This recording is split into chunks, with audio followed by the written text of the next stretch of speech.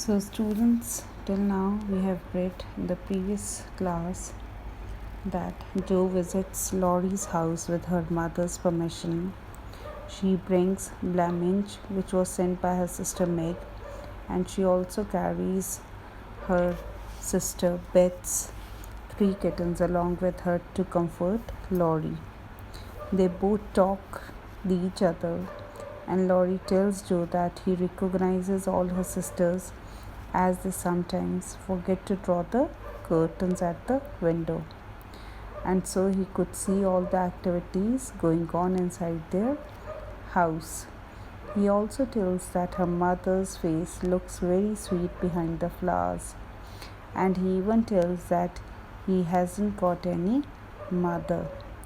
On listening this, Jo is touched, and she announces that they will never draw the curtain and he must come over to their place.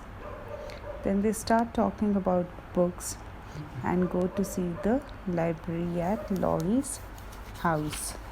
Now, starting with scene 4, the curtains rise to a library scene in the Lawrence house. The room is lined with books, and there are pictures and statues and distracting little cabinets full of coins and curiosities. Curiosities are unusual, interesting things. On the wall is a portrait of a handsome, stern, means strict faced elderly man. A maid walks in. So this is the whole scene, that there are books in the library and there are pictures and statues, and there are distracting little cabinets which are full of coins and other things which could distract one's attention. And on the wall there is a portrait of a stern faced elderly man, and that portrait is of Laurie's grandfather. So a maid walks in and she says, the doctor to see you, sir, that the doctor has come to see you. Laurie walks away and Jo is left standing before the portrait of the old gentleman. The door opens and someone walks in. It is the old gentleman in the painting. He is dressed in an elegant suit and seems surprised to see a young girl in the room. But before he can say anything, Jo begins speaking without turning. So Laurie's grandfather, he enters the library and he sees that there is a young girl who is there in the library.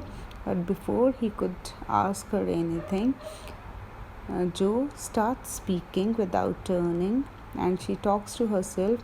I'm sure now that I shouldn't be afraid of him, for he's got kind eyes, though his mouth is grim. Grim means he has grown weak, old, and he looks as if he has a tremendous will. He isn't as handsome as my grandfather, but I like him. So she says that as Laurie's grandfather has kind eyes, and she is no more afraid of him, though he is weak and he looks as if he has a tremendous willpower. But she also tells that he isn't as handsome as her grandfather, but she tells that he likes him. Then grandfather in a gruff voice. Gruff means in a deep and rough voice. Thank you, ma'am. Jo gives a squeal of dismay because she was unaware that someone is standing behind her. She feels scared and whirls around. Whirls means she just moves back. Her hand clapped to her mouth as she stares at old Mr. Lawrence. And the moment she turns back, she finds that there is an old man standing behind her, and she stares at him, and he is Mr. Lawrence, Laurie's grandfather. And the curtains fall. And with this, we complete with the chapter.